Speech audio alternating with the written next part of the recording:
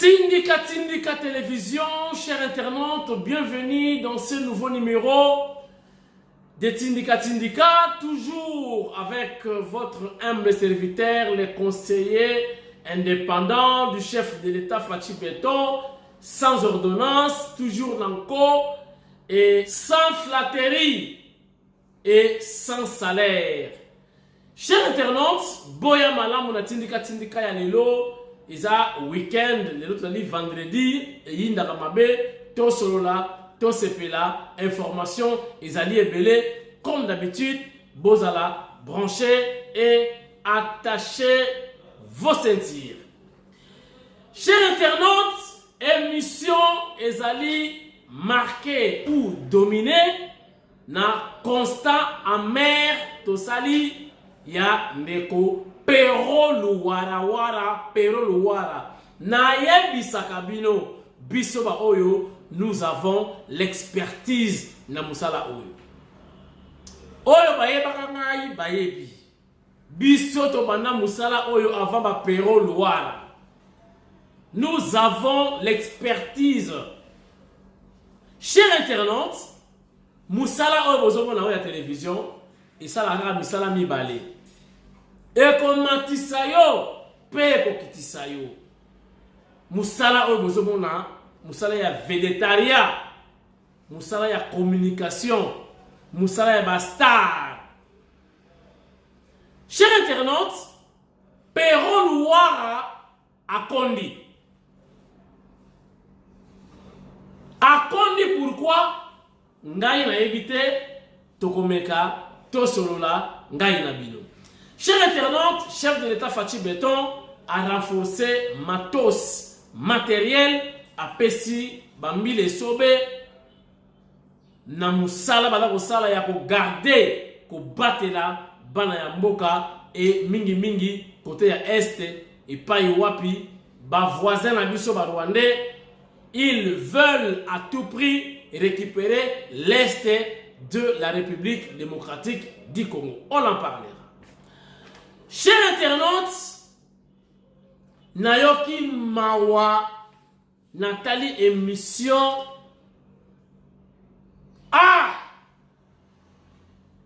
ke bokechu ba combattant baza ba combattant civilité mais baza ba mbile sobe baza na projet to baza na projet ba beta Kinshasa ekwe nakamwe naka mwasi na kamwe na ndima kite. Et puis ba cité kombo ya général Eluki oyo bazalaki voisin na ngai bondi mati.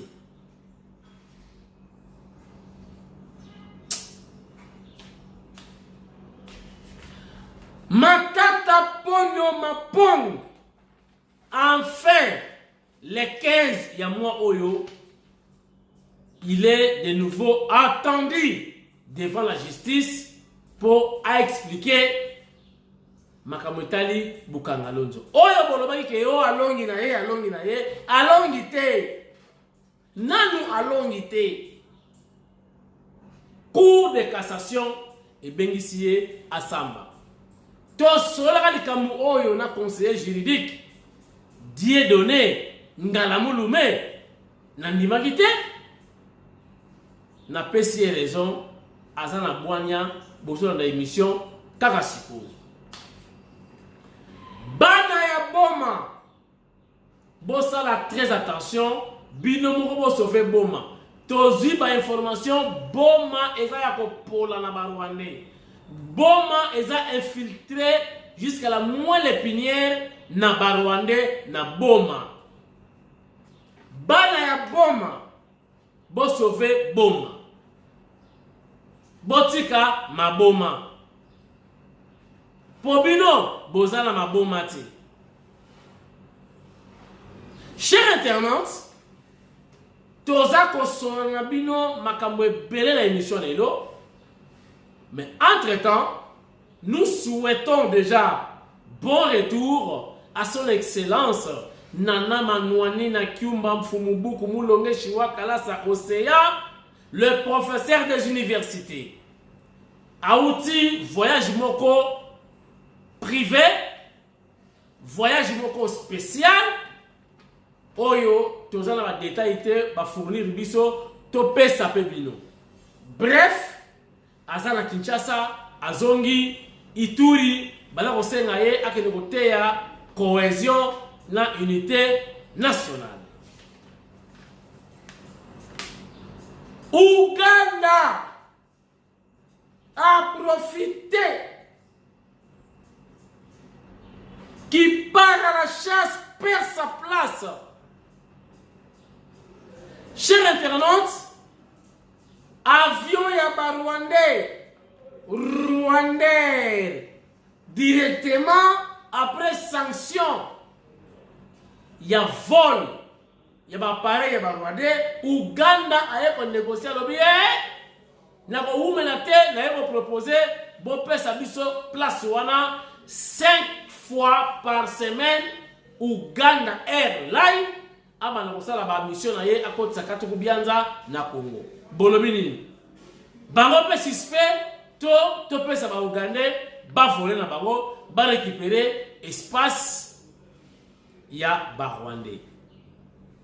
Entre-temps na Kigali ba mama basiliki basi ya Rwanda donc ba munyangurenge na ba Rwanda donc bango tout baka furumwentu balobi vraiment bagangeli Kagame babisi bango babisi tika ba polémique oza koluka unity na RDC awa bakaki frontière biso tosala ka cop na biso na Congo totera ka nyonso na Congo Makayabu Sokoti Nyarkos tout batera na Congo tikoyo bino bokangi Congo bokangi frontière donc ba momi ba bani mama na plein déjà basali makele leo na Kigali mama na trouble baza ko obligé Kagame a solo na ndeko na ye Fachi Beton ou voisin na ye s'il faut le dire pour bango baso sa trafic na bango basala ka politique te ba ya koteka ka Nyarkos na bango na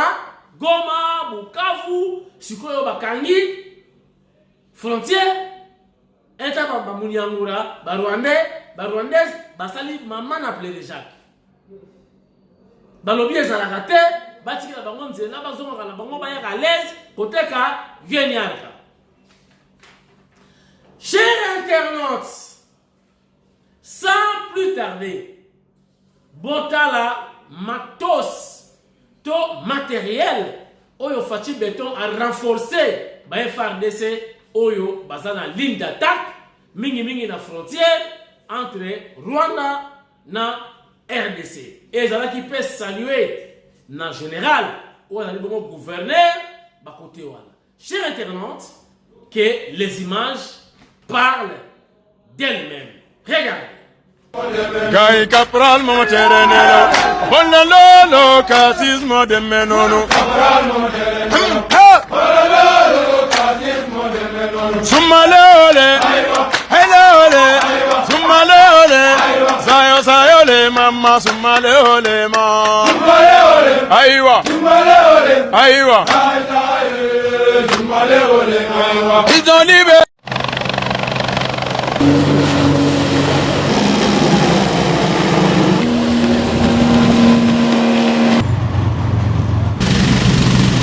Les forces armées de la République démocratique du Congo répondent à un besoin pressant de protection des civils. Avec sa nouvelle dotation en embarcation flottante et d'un petit porteur, ce 21 mars 2022, elles ont procédé à une manœuvre aéronavale tout en s'exerçant dans une simulation de libération d'otages par les Marines congolaises. Ce, à la satisfaction du gouverneur militaire, le lieutenant-général Constant Dimakomba, qui salue le professionnalisme de l'équipage 100% congolais. Et là, je suis très fier que le commandant suprême ait pensé en nous. Et nous avons notre équipe. Et ça fait grandement plaisir. Et je vous dis que nous sommes au service de la nation, au service de notre population, plus précisément de la province du Nord Kivu en cette période de l'état de siège. Je vous souhaite un bon travail et nous sommes ensemble. Une véritable démonstration de force qui cadre avec la montée en puissance des FARDC, explique mieux le colonel Njike Kaiko Guillaume, porte-parole de la 34e région militaire. Dans le cadre de la montée en puissance des forces armées de la République démocratique du Congo, que le gouvernement de la République, avec la volonté du commandant suprême des forces armées de la République démocratique du Congo, qu'on a doté cet appareil à l'état de siège, n'est-ce pas, à la province du Nord Kivu. Et cet appareil va nous aider au déplacement non seulement des autorités, mais aussi lorsqu'il est question d'évacuer les militaires qui sont en profondeur. Cet appareil VIP, n'est-ce pas, doté par la volonté du gouvernement de la République et du commandant suprême à l'état de siège, va beaucoup nous aider. Voilà. Des mouvements sur les lacs Kivu en forme de V, des U, des S, circulaires, mais aussi une très belle symbiose sol, air, mer, de quoi démontrer l'engagement du commandant suprême des forces armées de la RDC à donner la paix à son peuple. Sur ce plateau,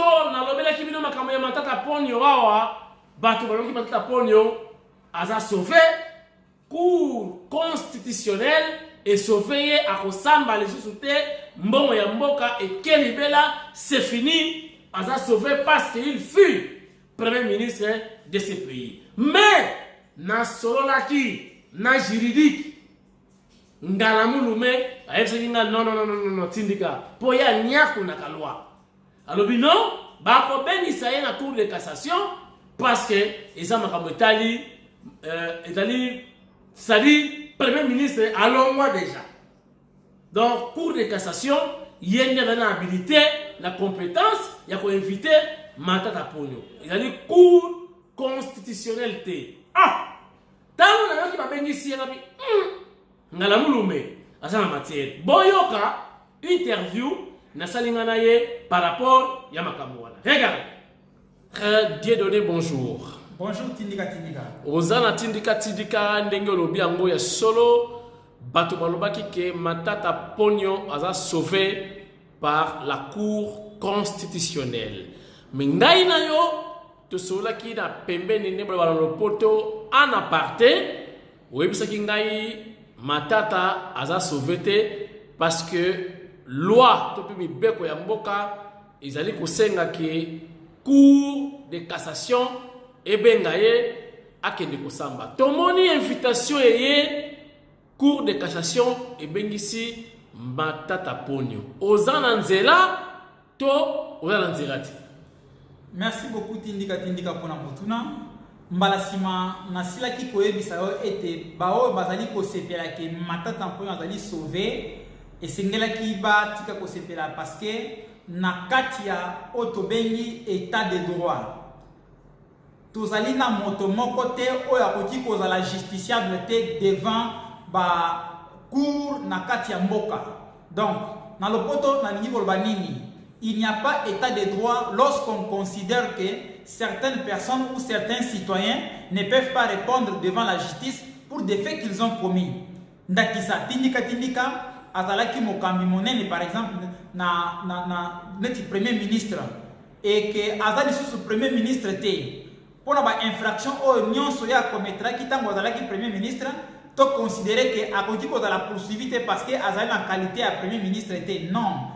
Mokonzi ya mboka to premier ministre tango bazali lisusu ko occuper ba fonction na bango te bazali ko benga auto benga na lopoto ils redeviennent des citoyens ordinaires, c'est-à-dire bako faire face na ba juge naturel na bango. Sikoyo na kaya Matata Ponyo juge naturel na ye ezali nani na minute oyo ezali cour de cassation. Pourquoi cour de cassation? Parce que Matata Ponyo azalaki mokonzi monene na kati ya mboka na biso aokipaki ba fonction élevée na kati ya mboka na biso akoki kozala directement jugé et pas tribunal de paix tribunal de grande instance pe na cour d'appel akozala jugé directement na cour de cassation en vertu à principe otobengi privilège de juridiction. Donc privilège de juridiction ezali principe o ezali kosala ke moto o azali un simple citoyen na oyo azali na occuper ba fonction ya l'état bakoki kozala directement jugé na même tribunal te. Voilà. Alors, Batbamone qui a sauvé ce qu'on a la cour de cassation, ni ne kosala. Parce que ça est-ce que vous allez condamner au cas où à quoi il y a mbeba? Oui, à cause de la jugé en premier et dernier ressort. Pourquoi? Parce que cour de cassation est la juridiction de cassation. Vous allez comprendre. Ce qui va juger au kuna, vous allez sur la place où on a recruté. Donc, ce qui va catenir par exemple, que non matin tamponio, va catenir par exemple 10 ans de servitude pénale, à ça côté mousso qu'on a recruté. Parce que affaire naïe qu'on a jugé en premier et dernier ressort. Donc, nègre azali wana et c'est ngeli amène ma preuve naïe nyonso, ou ezali ko justifier effectivement que oui, azali impliqué té. Mais na nègre parce que nazo qui accès na dossier wana et ça dit beaucoup plus bazali ko reprocher surfacturation et li koloba nyonso o esalemaki ko banda mokolo liboso na mokolo projet wana ekufaki nyonso ezalaki surfacturé na place ya $100 bango ba che $300 yango nde esali ke mboko wana eyiba maki et puis il faut yeba ke matata mpo azali ye moko te o azalaki invité na kati ya citation à prévenir wana bazali ebele. Donc prochainement tango tokosolola yango tokotanga mpe mosusu oyo baintervenaki mpona ke infraction wana ezala commise, donc basali yango en participation criminelle. Voilà. Donc tokoloba ke matata ponyo samba olonga soka sambi mabe akangami soki asambi mabe akangami. Bon, likambo kosamba mabe to kosamba malamu ezali te na droit biso oyo tosatelaka mingi ezali ba preuve. Soki justice na biso ezali na ba preuve ete oui ya solo yo oyibaki mbongo ndakisa tokendaki kosala contre-vérification libende oyo ezokute par exemple 100 francs. Tango tokendaki kosala contre-vérification na entreprise oyo place yo osombaki yango to se rendre compte que na époque wana yango ezalaki 50 francs. Elingi koloba oza mokangami yo sikoyo esengeli oyo na ba preuve contraire mpona kobuka oyo l'État azali na yango soki te oza mokangami. Donc matata mpona place azali place na invitaki ye esengeli azonga mpona koya kosala face na justice na biso. Donc juge oyo alongwe azalaki na raison koloba ke no cour constitutionnelle ezalaki compétente pour la juger matata ponyo. Je dirais oui, azalaki vraiment na raison. Pe pona ngai alobaki mibeko malamu. Pona nini? Parce que cour constitutionnelle mission naturelle na yango. Cour constitutionnelle azali juge ya président de la République pe ya premier ministre na o etali infraction politique de haute trahison. Ya probité morale. Lorsqu'il y a délit d'initié, c'est-à-dire par exemple pour infraction liée à ma valeur immobilière, par exemple outrage au Parlement, Premier ministre va inviter dans le Parlement une question orale pour que répondre à qualité, on est allé outrage au Parlement. Et puis pour l'infraction il y a droit commun commise pendant ou à l'exercice de leur fonction. Wana ezali mosala ya cour constitutionnelle. Et puis mission mosusu dévolue na cour constitutionnelle ezali pona ko interpréter ba loi. Par exemple, loi avant ezala publier et c'est ngeli batinda yango na cour constitutionnelle pour que cour constitutionnelle a déclaré yango conforme na constitution na biso. Donc mission yango ezali ya ko juger ba ancien premier ministre to chef de l'État mais kasi ezali ya ko juger ba chef de l'État to premier ministre en fonction. Donc, pona ngai na lobi que oui, cour constitutionnelle alobaka justice malamu. Merci maître. Je vous en prie. Merci beaucoup, je crois besoin éclairage dans le dossier Matata Ponyo. Chers internautes, Pero Luara ngana yebaki ndenga kosuka. Nous avons l'expertise et entrer avec la presse. Ngana yebaki. Est-ce que botani émission na yasuka? Pero Luara komi anaconda. Donc, condensateur. Est-ce que vous avez mis une autre belle tête? Voilà. Dans l'émission, awa mukoloko yeba valeur ya Congo, mukoloko bima Congo. Ok Angola, okomona Thompson, okolia Thompson, mukoloka goût. Oyo ezala kinte. Kene na Brasa. Okoyoka ambiance. Atoke na Rimbaka na Fenyon. Ata oke na Lenine. Ata oke wapi na plateau de 15 ans. Okotika la komona ambiance oyo ezala Kinshasa te. Nayebaki pero a regretter les locaux. Et surtout que alaka en Afrique. Nayebaki a regretter Kinshasa. Comment ofingi mokonza mboka okimi na yo kei oleo ya munene okomi anakonda condensateur. Ngana yebaki ki akosuka ndenge wana. Mokonza mboka basakala na eti. Mokonza mboka bomoni chef de l'état nazawa na Fatou Beton. Azana pouvoir ya koloka même Congo. Alobi ka liloba moko paf. Na yo nanga tolokami.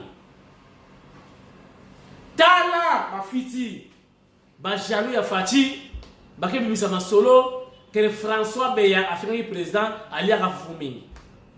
Imaginez. Yango bakangi.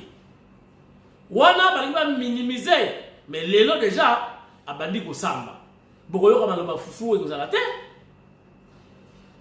Wana bangi président asala musala te atika kuna ali akaba fufu kozala bakongi. Wana donc c'est une information montée de toutes pièces.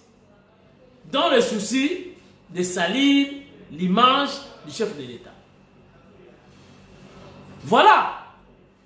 Pero, la personne qui est au conseil, on a dit, talande au kondi. Talande au komi anaconda. Condensateur, papa, okosuka wapi. Ozangi kimia. Obandi ko yungana. Okomi telantela. Okomi yungana.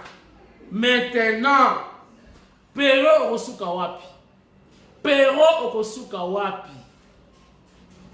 Voilà. Qui dit mieux? Matoi et le kakamutute. Aux hommes de mission, aux akotoka. Vous comprenez? Voilà. Bana ya boma. Bino moko kengela boma. Pour batama boma, les qui baza mingite, ba diminuer, bino pe bozama boma te.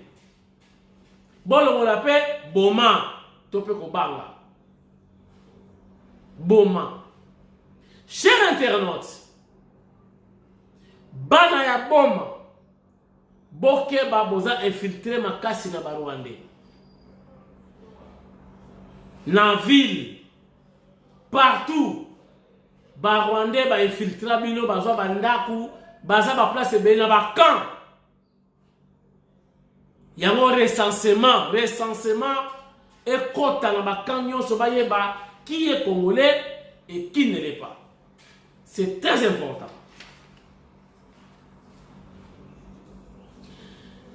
Chers internautes, Toyoki li solo musu se bimi ya pasteur Mukuna. Ah! Nga bon, j'aime pas trop pour le Belamaramba pasteur.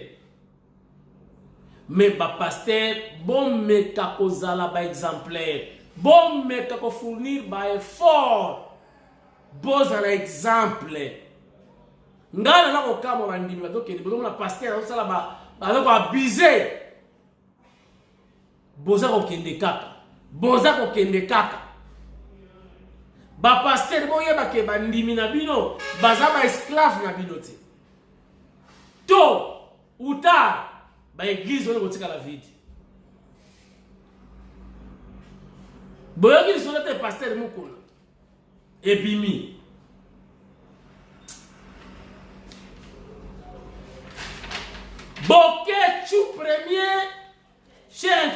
nzoka ezalaki lisolo ya kosala coup d'état na Congo. C'est donc noir sur blanc, ma secret tout épimi, ma bomba ezate. Na regretté, ma cité comme il y a général et Luki. Bon, et donc c'est dans la vie sur tout ça l'analyse en tant qu'intellectuel, en principe, on a des informations de PSI, mais pour toi aboutir, on doit quand même réfléchir. Parce qu'un scientifique, avant qu'on adopter pas un sujet, ou bien dossier, alors oui, non. Scientifique, à ça, on doit pousser ma réflexion aller plus loin pour dégager ce qui est la véracité.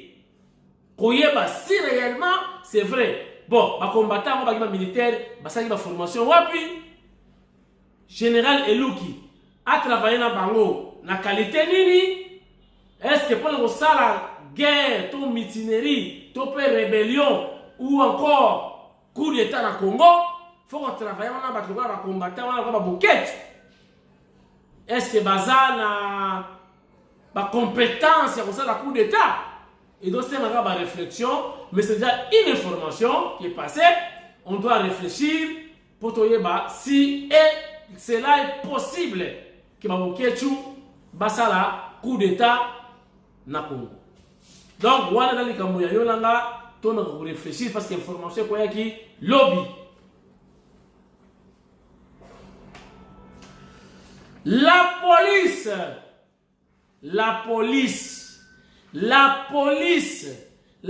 police congolaise n'a bengi bino combien de fois? Les gens ont dit, tout, basa ko soutenir FRDC, bako soutenir bino la police colonie. Comportement, notre police, comportement, langage, mo soigné, comportement, la police, non. C'est un grand travail à faire dans la police. Langage, comportement. Non. Les gens maintenant FRDC, nous sommes derrière vous, soutien, mais la police. Nous connaissons qu'on soutient un peuple. Tout ça, c'est lié au comportement de la vie.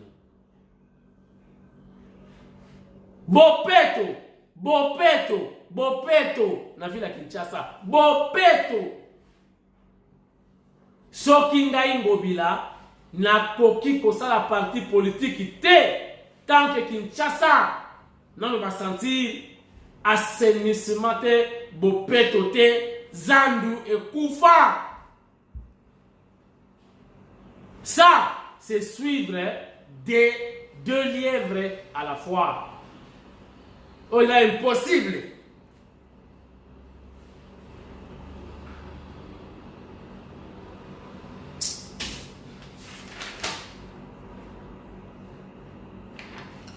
Bandeko ya Chypre, babengi ngai, balobi, chypriote, badoni yokola ba congolais.